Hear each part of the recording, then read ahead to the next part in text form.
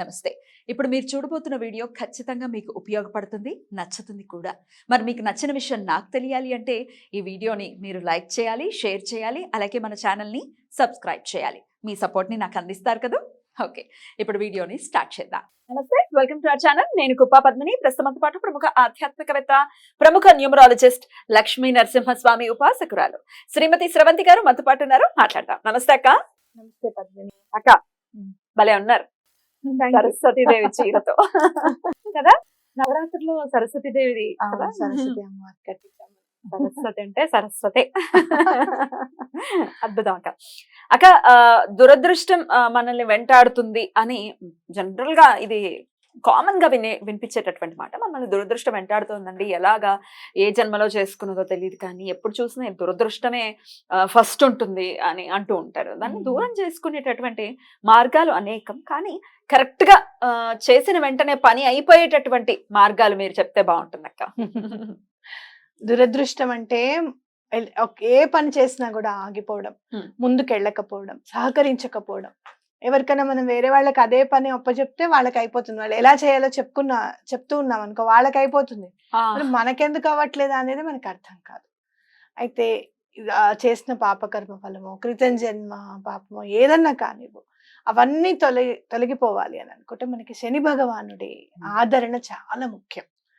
అన్ని గ్రహాల్లోకెల్లా శని భగవానుడి ఆదరణ ఎందుకు అని అంటే ఆయన తొందరగా గుర్తిస్తాడు మనని.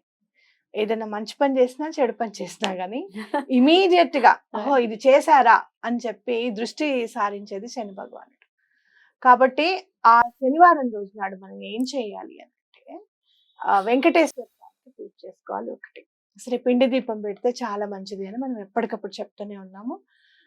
చాలా ఆనందం అనిపిస్తుంది నాకు పిండి దీపం గురించి తెలుసుకున్నప్పుడు. ఎందుకంటే మొన్న కూడా ఫోన్ చేసి 108 దీపాలు పెడితే 7 months బేబీ బయటకు వచ్చేస్తుందని చెప్పారు కదా.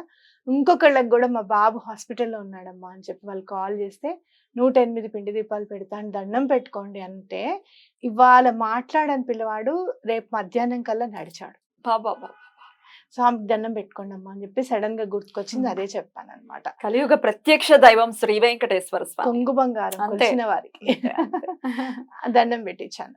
సరే ఆ అబ్బాయి చక్కగా బయటకు వచ్చేసాడు, ఐఎమ్ హ్యాపీ.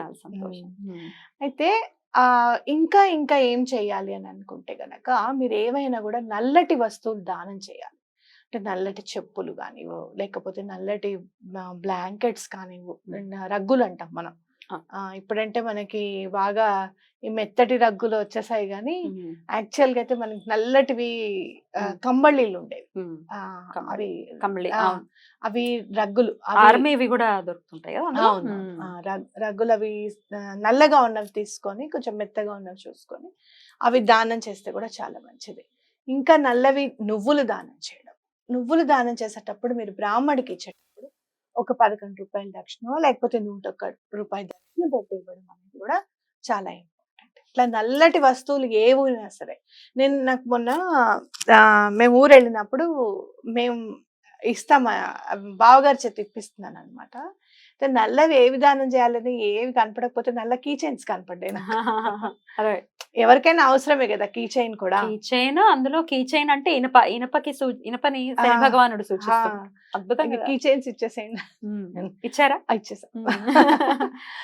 అంటే మనం ఇయ్యాలి అనేది ఖచ్చితంగా ఎక్కడున్నా సరే మనం ఇవ్వాలి అనేది మనం నిర్ణయించుకొని ఆ పని చేసేయడం అనేది చాలా ఇంపార్టెంట్ అనమాట. కాబట్టి ఇలా నల్లటి వస్తువులు దానం చేస్తే నెమ్మదిగా దురదృష్టం అనేది దూరం అవుతుంది అనేది మనకు అర్థమవుతుంది. పిండి దీపానికి ఉన్న విశిష్టత ఏంటంటే స్వామివారి ప్రత్యక్షంగా స్వామివారిని మనమే తయారు చేసుకొని బొట్టు పెట్టి ఆహ్వానించినట్టే, ఇంకా లక్ష్మీదేవిని కానీ అటు వెంకటేశ్వర స్వామిని కానీ. కాబట్టి తప్పకుండా ఎలాంటి సమస్యలైనా తొలగిపోతాయి. అలాగే పిండి దీపాన్ని మీరు తీసుకొని వెళ్ళి బయట చెట్లలో పెడతాం మనం.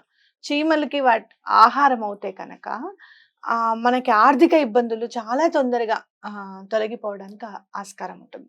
మన పెద్దలు సనాతన ధర్మంలో చెప్పింది ముగ్గు వేయమని ఎందుకు అని అంటే మనం పిండితో వేయాలి. రాయి ముగ్గు తీసుకొని దాంతో కాదు, ఖచ్చితంగా బియ్య పిండితో వేస్తే కనుక చీమలకి వాటికి మనం ఆహారం ఇచ్చిన వాళ్ళు అవుతాం. పొద్దున్నే అది కూడా చూడు, మళ్ళీ మా చిన్నప్పుడైతే సందె ముగ్గు కూడా ఉండేది. సాయంత్రం పూట కూడా మేము ముగ్గేసేవాళ్ళం. రాత్రి కూడా వేసేవారు, కళ్ళాపి కళ్ళకు జల్లేసుకొని జల్లేసుకొని వేసేసేవారు. వేసేసుకునేవాళ్ళం. అవును, అవును. అట్లా ముగ్గు వేస్తే క్రిమి కీటకాలకి కానీ ఇట్లా లేకపోతే చిన్న చిన్న జీవాలు ఉంటాయి కదా, చీమలకి వాటికి మనం ఆహారం ఇస్తున్నట్టు, కాబట్టి వాళ్ళు ఇన్కల్కేట్ చేశారు. తర్వాత మనం నెమ్మదిగా చాక్ పీసుల్లో మారిపోయాం. కష్టాలు కూడా వచ్చేసాయి. కమాన్, అయితే మీరు మనం లైఫ్ స్టైల్ మార్చారా? We're there. అయితే మనం ఒకవేళ మీరు ముగ్గు చెరిగిపోతే బాధ అనిపిస్తుంది కదా. నాకేమనిపించిందంటే మొన్న చిన్న చిన్న ప్లేట్స్ తీసుకున్నాను నేను, ఇట్లా ముగ్గు ఇట్లా వేస్తే డిజైన్ పడిపోతుంది చూడు, ఆ ప్లేట్స్ తీసుకున్నా. అవి ఏం చేస్తున్నా అంటే గుమ్మం పక్కన ఇటొకటి రోజు వేస్తున్నా బియ్య పిండితో, తులసి చెట్టు దగ్గర వేస్తున్నా. దానివల్ల మనం చక్కగా పిండితో ముగ్గు వేసామన్న తృప్తి ఉంటుంది మనకి, అవునా? అలా మనం మార్చుకోగలిగితే కనుక జీవన విధానంలో మనం ఏమేమి చిన్న చిన్న మర్చిపోయామో చెయ్యాల్సినవి అని గనక మనం ఇన్కల్కేట్ చేసుకోగలిగితే, మళ్ళీ పాటించగలిగితే మంచి రోజులు ఆటోమేటిక్ గా వచ్చేస్తాయి అన్నమాట. Beautiful, beautiful. దురదృష్టం డెఫినెట్ గా వెంటాడుతోంది అన్నప్పుడు శని భగవానుడి యొక్క అనుగ్రహానికి మనం పాత్రలు అవ్వాలి అంటే ఇట్లాంటివి డెఫినెట్ గా చేసుకోవాలి. ఈ పిండి దీపాల్లోనే మీరు మొన్న 108 కదా పెట్టారు. 108 పెట్టాను. సో ఇన్ని వారాలు అని ఏమైనా అనుకుని చేయమంటారా, లేకపోతే ఇంకెట్లా మనల్ని ఇంకొంచెం ముందుకు వెళ్తూ?